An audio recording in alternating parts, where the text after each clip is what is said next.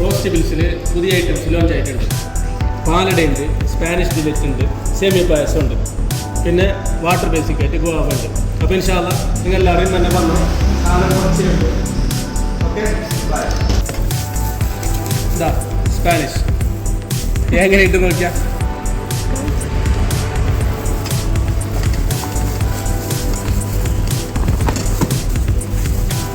ഇത് പിന്നെ പായസമാണ്.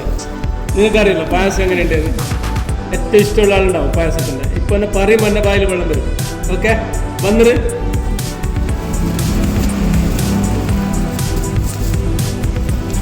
പിന്നെ വാട്ടർ ബേസിക്കാണ്.